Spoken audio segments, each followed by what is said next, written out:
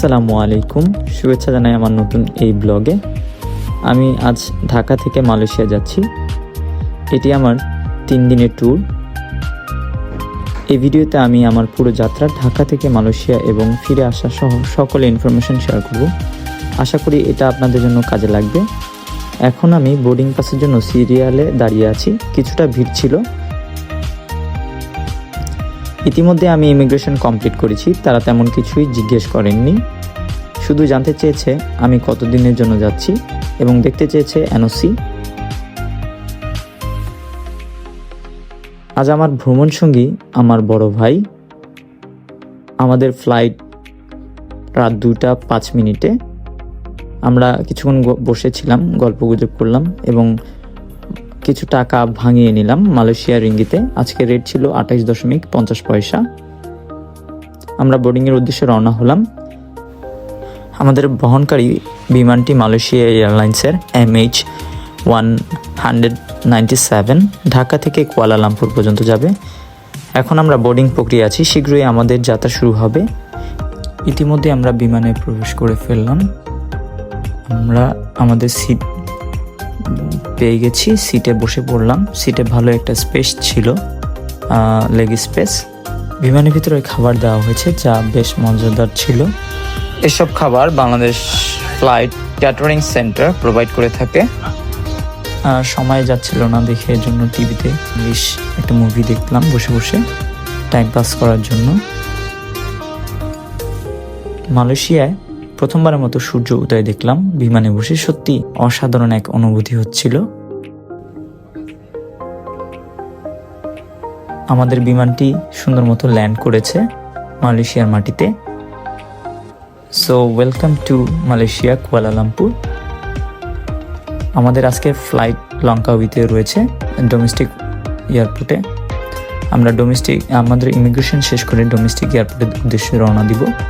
KL international এয়ারপোর্টটি খুব সাজানো এবং গোছানো ছিল এবং পরিপাটি, দেখতে খুবই চমৎকার।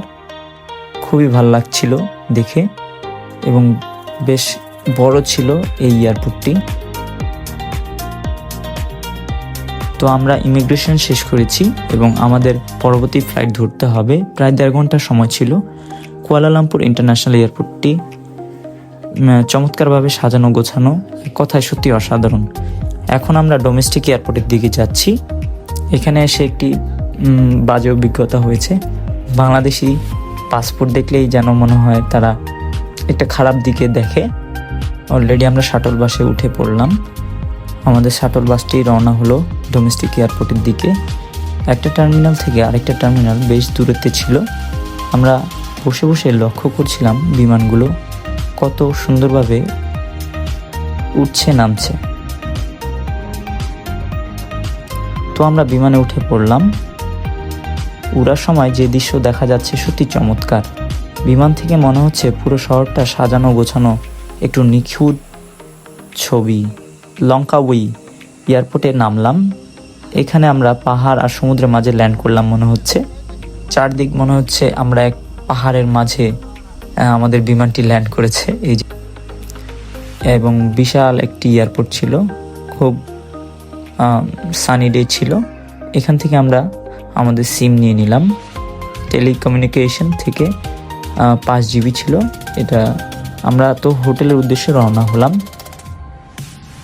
যেতে যেতে আমি শুধু অবাক হয়ে তাকিয়েছিলাম। মহান আল্লাহ তাআলার সৃষ্টি সত্যি অসাধারণ। মনে হচ্ছিল যেন সমুদ্রের মাঝখান দিয়ে যাচ্ছি, 2 ধারে পানি আর মাঝখানে রাস্তা। তো চলুন আপনাদেরকে আমার রুমটা ঘুরিয়ে দেখাই।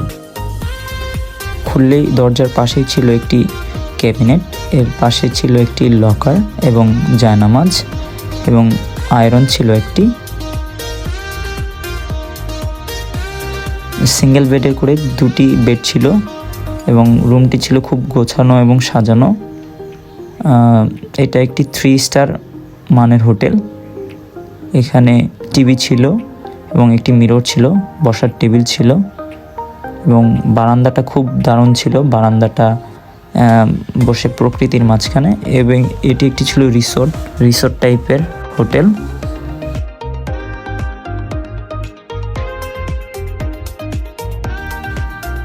আমরা দুদিনের জন্য একটি ট্যুর প্যাকেজ নিয়েছি।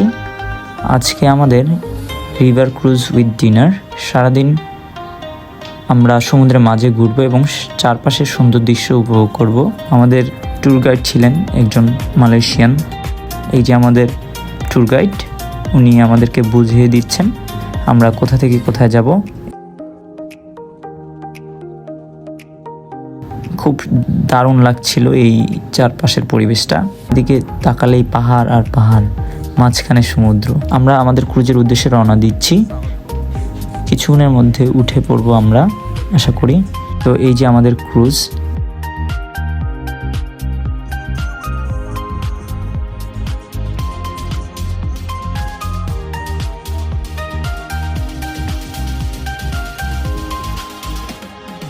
উঠে পড়লাম ক্রুজের উপর। কিছুক্ষণের মধ্যে ক্রুজটি চলতে শুরু করলো সমুদ্রের দিকে। চারপাশের দৃশ্য এতই সুন্দর যেন মনে কেড়ে নিচ্ছে। মহান আল্লাহ তাআলা এই পৃথিবীকে সত্যি অসাধারণভাবে সাজিয়েছেন। মনে হচ্ছে যেন সমুদ্রের মাঝে আমরা হারিয়ে যাচ্ছি।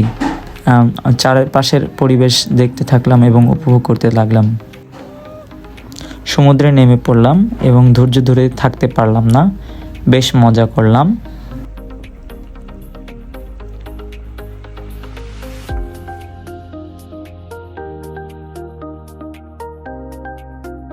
বিশেষ করে মিস্টার প্যাট্রিক্স, তিনি আমাদের এই ক্রুজের সাহায্যকারী।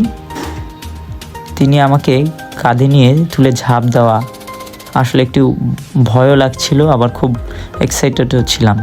সত্যি খুব এনজয় করেছি। উনি বেশ মজাদার মানুষ ছিলেন এবং ফরাসি নাগরিক উনি।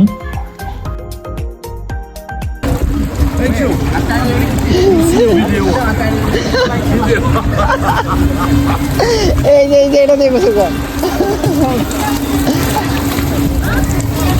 Video is nice.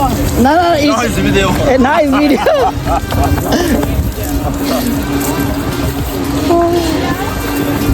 সূর্যাস্ত দেখতে দেখতে খাবার খেতে লাগলাম এবং সঙ্গে সঙ্গে আমি আমার দেখা সেরা একটি সূর্যাস্ত দেখে ফেললাম।